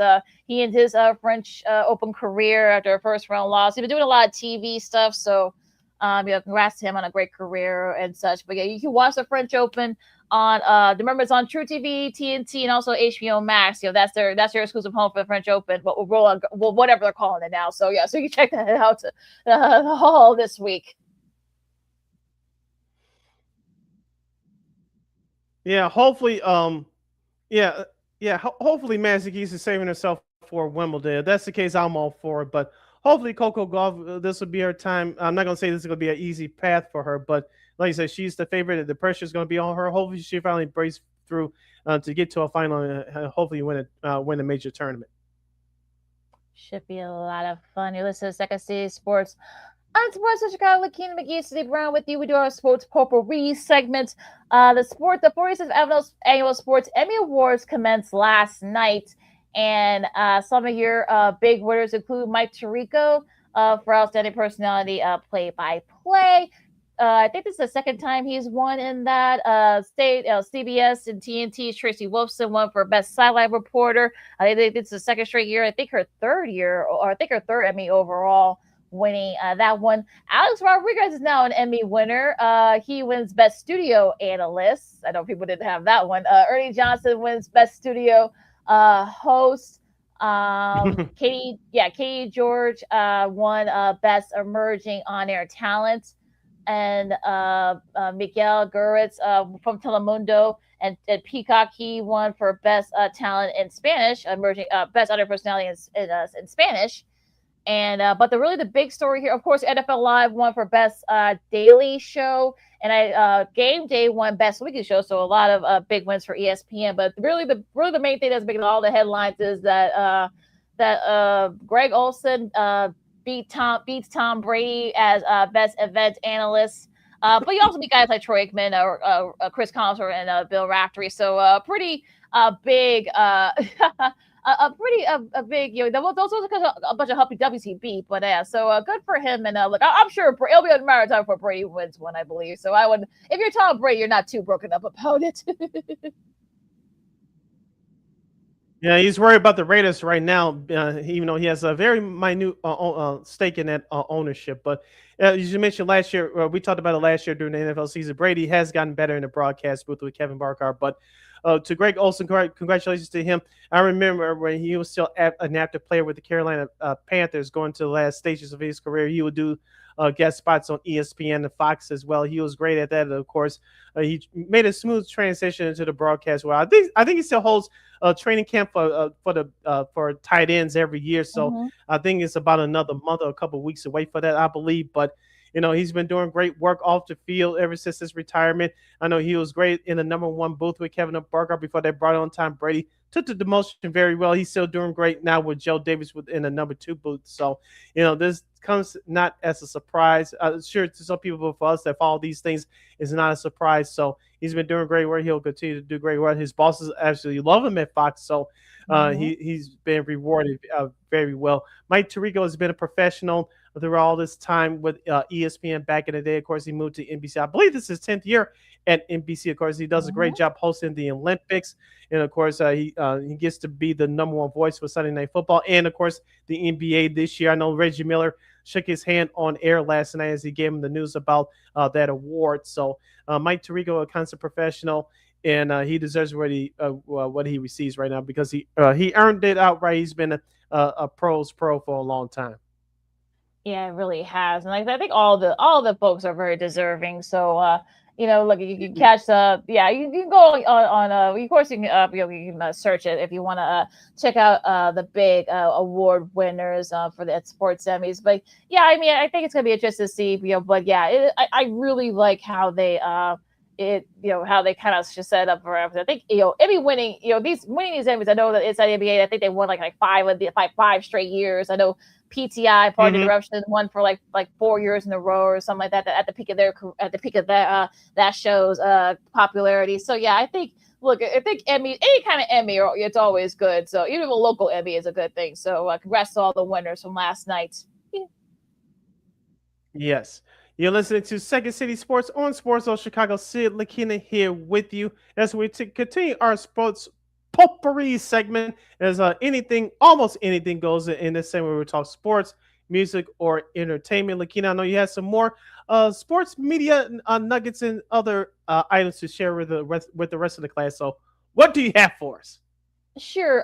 SEC Nation, of course, Laura Rutledge has been hosting it for the last decade or so. Of course, she has to bow out because, of course, her duties with both the NFL and with Monday Night Football, and of course with ESPN, ABC during the Super Bowl this upcoming season. So she won't be able to do that anymore. So she wrote a really sweet letter. SEC, of course, she's a Florida grad. So very classy, very super cool person as well. And of course, Matt Berry, of course, if you guys seen him do host of various ESPN, ABC college football coverage over the years. Now he's going to be the new host over at SEC Nation. His first appearance will be on the SEC Network. Will be the SEC kickoff in Tampa in July. So look, I think they got a good. I know, look, he's not an SEC grad, I know, but again, you kind of have to break the mold. Of course, Alyssa Liang, of course, she's doing on NBA stuff. So yeah, so they're kind of like breaking away from a lot of that. So yeah, I mean, look, good for everybody. I think this is a win for all involved. I feel like. Yeah, as we talked about with ESPN, making changes over the last few months, bringing in new anchors like Kiana Martin and Madeline Burke, who used to cover the New York Football Giants. They've been great additions to Sports Center as well. And shout out to hometown girl Samantha Rivera. I know she worked in Rockford many years ago. We almost had her on the show, but when she was working near the Chicago market. But she's the new host, one of the new hosts of Hope Streams over there on ESPN. I'm sure you get to see her during the NBA Finals as well. She's been killing it thus far. So great, Yes. congratulations to her. Keep up with the times, and like you said, change just happens, especially in this business. So ESPN is no strangers to that, obviously. Yeah, that's it. That's it. It seems like they're going a little bit younger too with some of their stuff. So yeah, it's gonna be interesting what she does. But yeah, Samantha River, I know we've been, like I said, we've been trying to get her on, but yeah, she's busy, understandably. So yeah, but consider her nothing but success. There now. Tubi is getting into the act, of course, with the World Cup. We'll start in a couple weeks. Well, get ready for the other football show hosted by Jameis Winston and Rob Gronkowski. They will premiere. The show's actually going to be premiering. The show actually is premiering right now. I think they already have an episode up, and it will air new episodes every Wednesday up until the series finale will be July 17th. Of course, Tom Brady will also be guesting on that show, as well as Keegan Michael Key, Ted Lasso star Brendan Hunt. Of course, Team USA stars and now World Cup stars Weston McKennie and Matt Turner.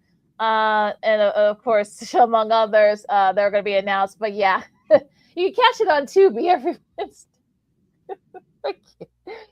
You gotta love it. Yeah, they're gonna. Those two talking about soccer. Yeah, that should be. Yeah, that should be. I think. I think that's what's gonna draw people in. Like, surely. Well, they play football. What the hell do you know about soccer? Well, that's the point. What limited soccer knowledge that they have, or maybe they're surprises. They'll write things down like Alexi Lawless or things of that nature. But I think that's what's gonna draw people in. We talk about the two biggest personalities in football during their careers, and we talked about with Jameis Winston. You saw what he did at the Super Bowl a couple of years ago for Fox, being their special correspondent. His authenticity and his personality really blew away a whole lot of people, and really came through on the various shows he did. And of course, Robert Gronkowski, we all know, has that pro wrestler mentality, that personality. So these two giants are coming together. They're definitely going to make some headway. So I'm definitely going to check it out, and I'm sure I guarantee this won't be the last time we're going to talk about this too. I promise you that. So it's just to see how this goes out, what this is going to be produced. Hopefully they let both their personalities shine. That's why they did. Well, also it's on Tubi too. So yeah, so it's free. You just gotta have a legit email account. So yeah, so you can get it online, on your smart TV, or on your phone. So yeah, so the access is there. You can check it out every Wednesday.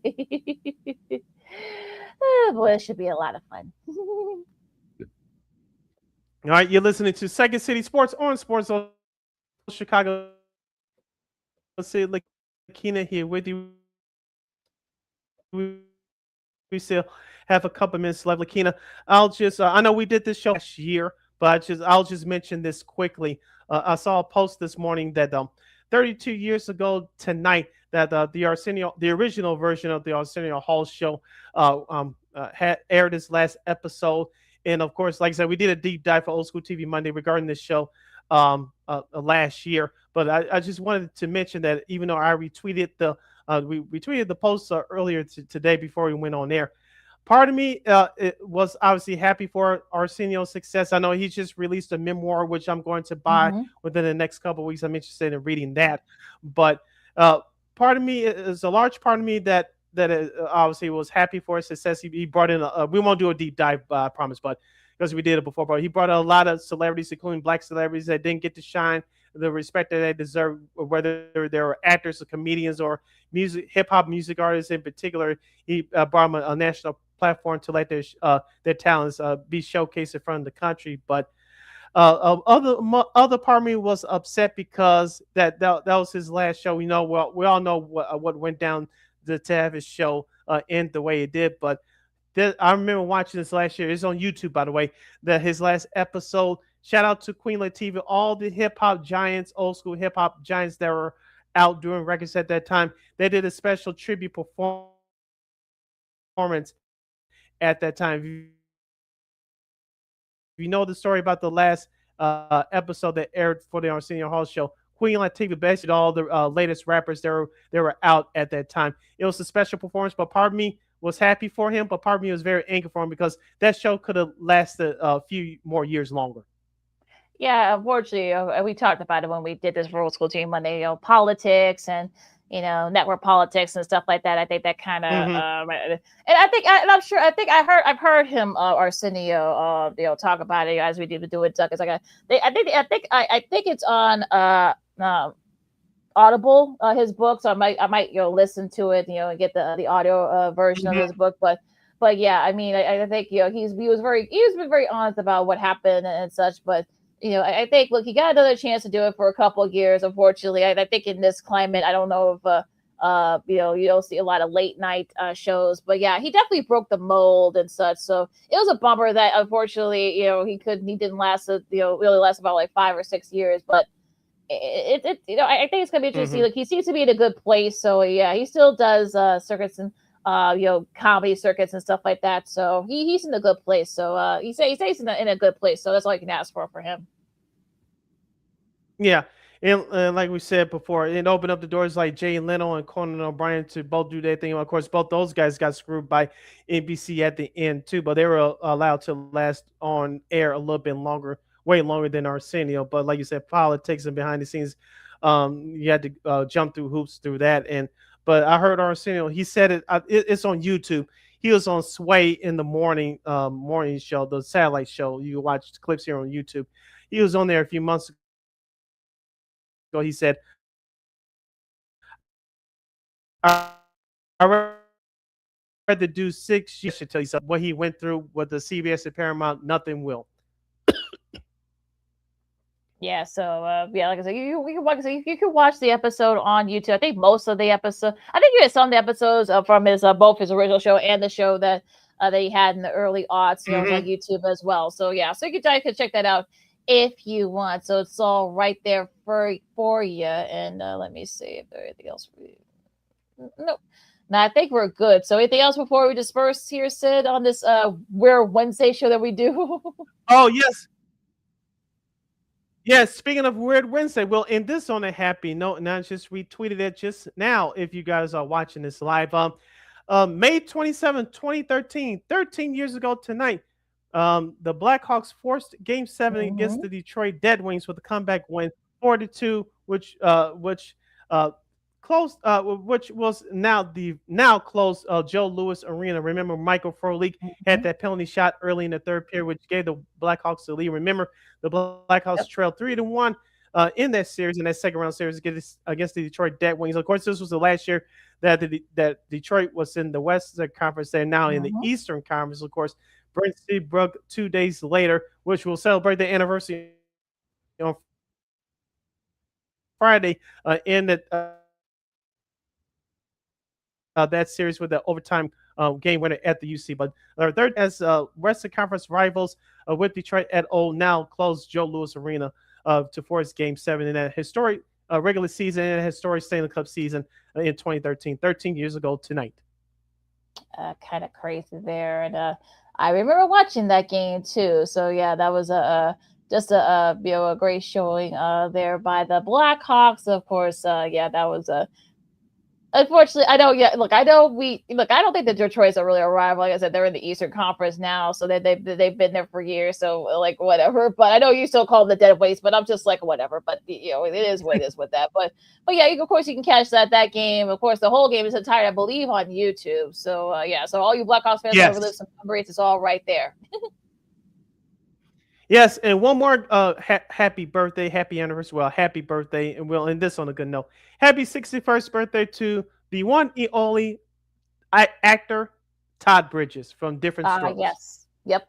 And I think if you ask him, I think he probably didn't think he would make it to 61. I think he's the last original cast member of Different Strokes left that's still with us. I don't know if I don't think even he didn't have that. So yeah, I know he's had a rough, not like more personally than the other stuff, but be interesting, but yeah, hopefully he's healthy, he's happy, and yeah, so a happy birthday to Mr. Bridges, 61 for him, and should be so I'm sure he's going to have a little bit of celebration and such. So so happy birthday to him, and hopefully it's a good one for him tonight. Yes, he's definitely a living legend. So salute to him and a happy birthday from all of us here at Second City Sports. All right, LaKeena, take us home. You follow LaKeena McGee on the Twitter, again on IG. You can follow yours truly, Sidney Brown, on the Twitter, X, and the IG at SidKid80. Once again, at SidKid80, that's SIDKID80. SIDKID80. Be sure to download that Sports Zone Chicago app wherever you get your apps. Please follow Sports Zone Chicago on all social media platforms on Facebook, X, Instagram, and YouTube. And thank you very much in advance for your support. Like, share, subscribe, and tell your friends. Be sure to catch Second City Sports live in the living color every Monday, every Friday from 12:15 to 2:15 p.m. Central Standard Time right here on Sports Zone Chicago. One more again, as the kids would say. Be sure to catch Second City Sports live in the living color every Monday, every Friday from 12:15 to 2:15 p.m. Central Standard Time right here on Sports Zone Chicago. And of course, if you catch previous episodes, if you missed previous shows, our show that airs regularly on Mondays and Fridays, don't worry, you can catch replays anytime, anywhere. If you miss a segment, if you miss an interview or our NFL picks in season, don't worry, you can catch it anytime, anywhere. You can catch replays of our show, Sean Sierra Sports, the Smoke Balls, and a lot more. You can catch it anytime, anywhere on Sports Chicago's Facebook YouTube channels. And we will provide. All right, folks. So, of course, enjoy these next couple of days. We'll be right back on Friday, and of course, we'll see if we're going to be previewing. We'll be previewing NBA Finals coming up. We'll see. I know they got a game tonight, I believe. So, if you're into that, you guys can check that out as well. And also, of course, the Habs and the Hurricanes. We'll see. The Hurricanes could even that series tonight. And also, too, the baseball and so much more for Sid. I'm LaKeena with Second City Sports on Sports Show. And we'll see you guys on a regular spot on Friday. It's a quick turnaround. Get your rest. We'll see you on Friday. Holla!